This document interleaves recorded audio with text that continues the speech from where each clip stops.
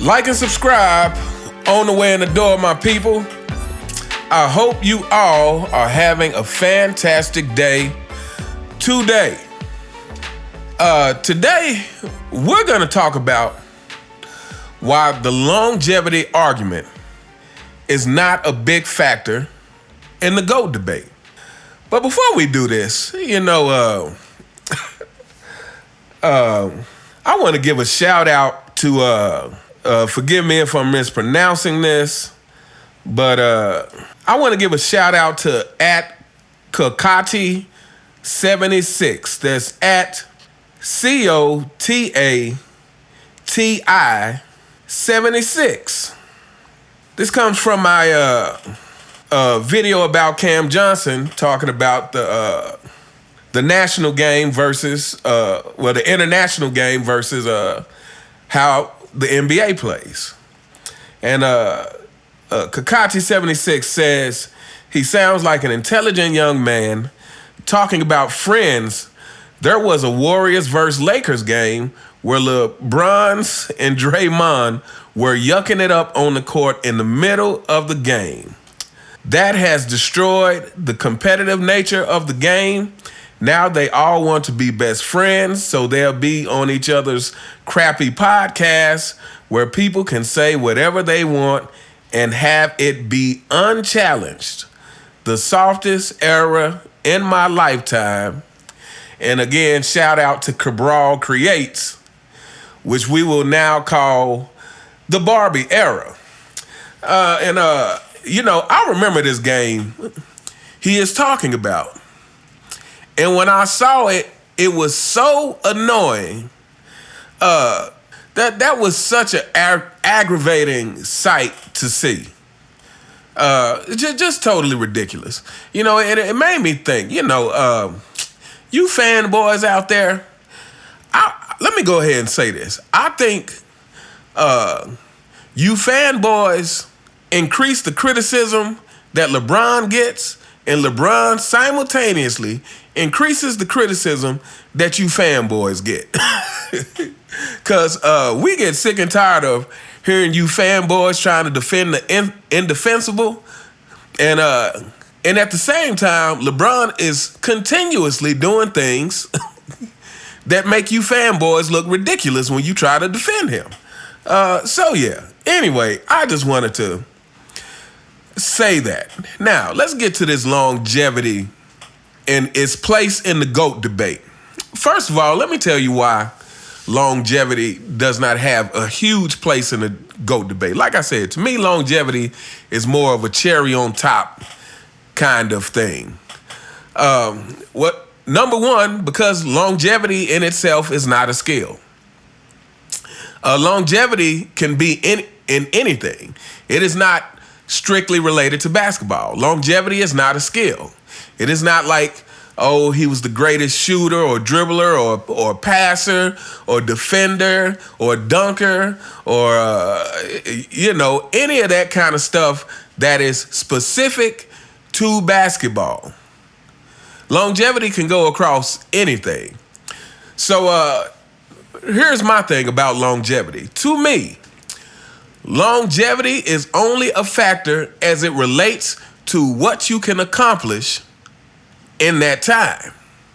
So, for instance, if you came into the NBA and you immediately win 3 championships and you played 30 years, and let's say you win 3 championships within your first 5 years, and the next 25 years you don't win anything. Well, to me, you just wasted 25 years. You just wasted 25 years. Again, to me, longevity is only good as it pertains to what you can accomplish, and what you are trying to accomplish in any sports is winning championships. I don't care if it's basketball, football, tennis, hockey. That is the ultimate goal, because if that is not your goal, why are you playing? Unless it's just for the money. And I think we all understand that in this Barbie era of the NBA, most of these players are playing for money. And the other thing about longevity, to me, what we value is potency. You know, it's quality over quantity.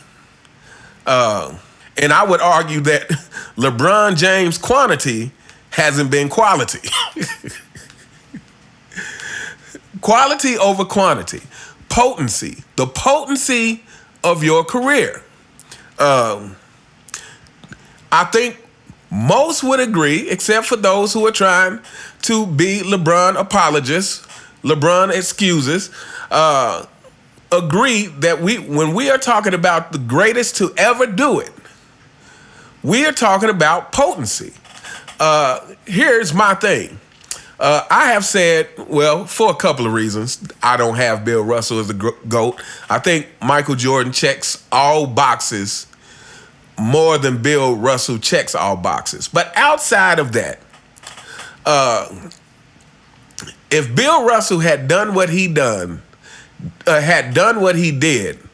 with 11 championships in 13 years, in the era where there were more teams and more rounds of playoffs, to me, he would have to undoubtedly be the GOAT, because that is a very potent career.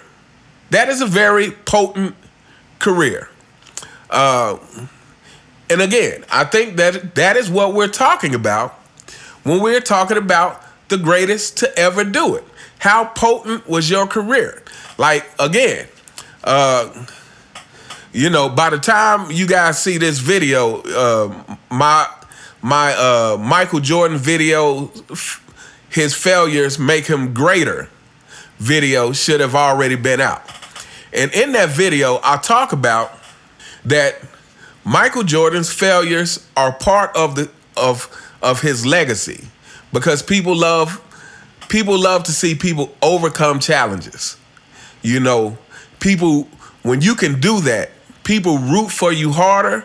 And again, let's be real here, people. Though Michael Jordan himself was a tremendous talent, from a team standpoint, Michael Jordan was the underdog. He was the way the Pistons were beating him up, and he truly didn't have help at the time, unlike LeBron James. You know, for him to stick it out, get better every year, and overcome that challenge, that is what makes the legacy of Michael Jordan, is that he stuck it out, found a way to overcome, and eventually became invincible.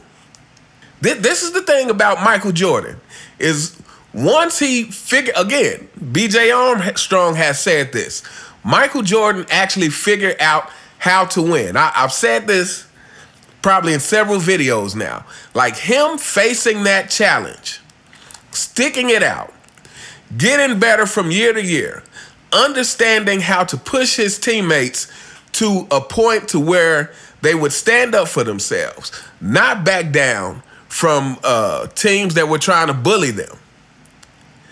That is what made him invincible. You know, I was just watching some Bulls playoffs games the other day. And like I said, the intensity and the seriousness in those games is just something that you don't get today. But outside of that, what you could really see is Jordan's influence as a leader on the rest of the team. Like, I was watching the Bulls versus Blazers finals. And, you know, going back and look at that Blazers team overall had more talent than the Bulls teams. Fanboys, again, y'all need to stop with this Michael Jordan had a super team all 6 years and that crap. That Blazers team definitely had more talent, you know, between Jerome Kersey and Buck Williams and Cliff Robinson and Terry Porter and guys like that. Overall, that Blazers team had more talent. But what you could see in all the role players of Chicago is that they had the demeanor of their leader, Michael Jordan. And that is this impenetrable confidence. This confidence that no matter how far we get down, we can somehow dig our way out. And that's the way Michael Jordan made the fans feel. Like I said, he always made the fans feel like the impossible was possible. And that's what you don't get from LeBron James. LeBron teaches you that, hey, if I feel overmatched, then I'm going to go ahead and call it a day. I'm going to give up. With the exception of the 2016 fanboys, don't bring that up. We don't want to hear it. Yes, 2016, he made a good comeback, although, again, questionable due to the Warriors' injuries and Draymond getting suspended. But anyway, it happened. So, but outside of that, it's been too many instances of LeBron giving up. So, yeah, like getting back to the original point, it's the potency of your career. When Jordan broke through, he was invincible, and he owned a whole decade of Chicago Bulls championships that arguably could have been more had he not retired. But again, before you fanboys, come on with it. His father died in a brutal way. Let's stop being inhumane by trying to write it off as some other stuff. That's totally ridiculous. You guys are ridiculous. You guys bring more criticism on your king with your ridiculous takes. And like I said, and in turn, he brings more criticism on you fanboys because he keeps doing things that's indefensible while you guys are on a daily mission to try to defend him. Oh, yeah, and while we're at it, for you fanboys who keep on in my comments talking about what kind of person wakes up to hate on LeBron every day. Like I said, what kind of person wakes up to defend somebody you don't even know? LeBron probably wouldn't even look at you twice if if he passed you on the street. Why are you waking up to defend him when it's indefensible?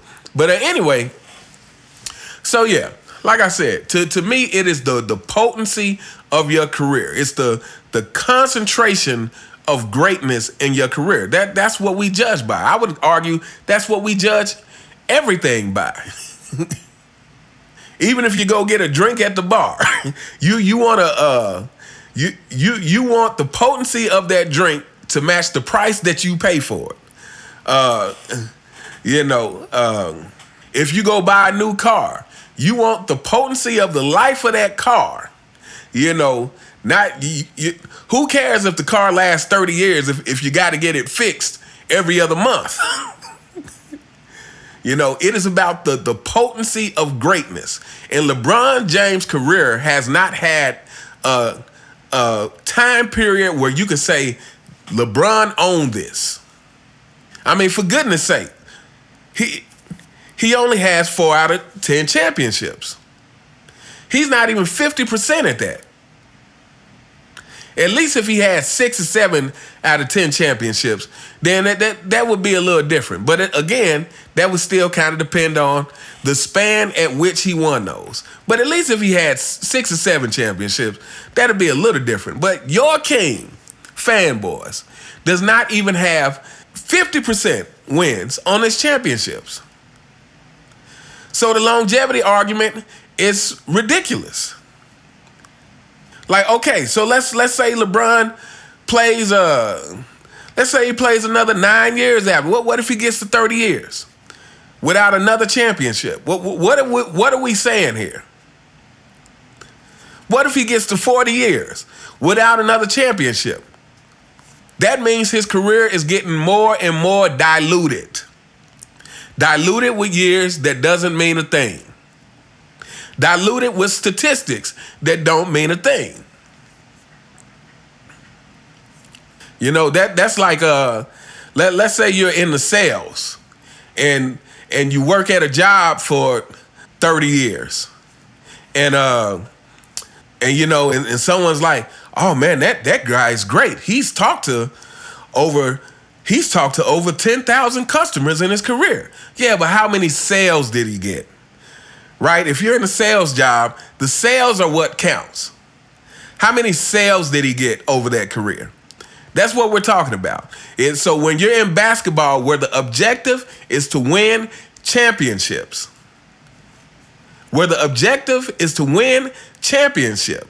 like we are talking about potency of career. And LeBron James does not have a potent career. So fanboys, please stop bringing up that ridiculous scoring title when he only has 4 out of 10 championships. We don't want to hear about the scoring title, especially how he broke the scoring title, where you could tell he was only focused on getting the scoring title. Which this is going to lead to another video. Sorry, fanboys. This is going to lead to another video, but I have got to do a video about the ever-moving goalposts of LeBron James, his circle of friends, and his kingdom of fanboys who are forever moving the goalposts to try to put this guy in a conversation in a ranking where he should not be. Yeah, that video's coming. Sorry, fanboys, but you know, you've been watching my channel. You should be used to it. You know, I know you guys must be in the self-hurt because you keep watching my videos. you guys must be masochistic. You must enjoy the pain. But anyway, yeah. So, and shout out to Sports and Fitness Rants, because he just recently did a video talking about why LeBron James longevity is overrated. And that y'all should go check that video out. Shout out to Sports and Fitness Rants. But yeah, you know, outside of talking about why the longevity argument isn't a good argument, like I said, because longevity is not a skill. Longevity can be in anything. And to me, longevity is only a factor as it pertains to what you can accomplish and what is important in whatever that thing is that you're doing. Like I said, if you're in sales, then getting sales is what's important, not how many customers you talk to. If you're in sports, we're talking about championships. But like I said, Sport and Fitness Rants had a good video on why LeBron James longevity is overrated, period. Because what are we talking about? A guy who hadn't played 60 games in the last several years? A guy who stopped playing defense? I want to say for the last decade. Or at least close to it. So what are we talking about? I mean, that's 2 strikes. Not only is he trying to push an agenda about longevity being some huge part of the GOAT debate, which, like I said, it is only a factor as far as what do you accomplish. Like, if you're making a lot of accomplishments with the longevity, and we're talking about winning here, not stats, not racking up stats, because as long as you're playing and you're a decent player, what separates winning from the losers or from a person with a losing record is normally mindset and leadership. And those 2 things explain why LeBron has 4 out of 10 championships. But like I said, outside of why the longevity argument is only a good point in the debate as far as what you can accomplish, LeBron James's longevity is overrated in itself. I mean, my goodness, like the guy doesn't play many games each season, on top of the fact that all we hear about is how much money he spends on his body. You know, we done heard this season that LeBron is training like a rookie. Well, good, because he hadn't got any better than his rookie season.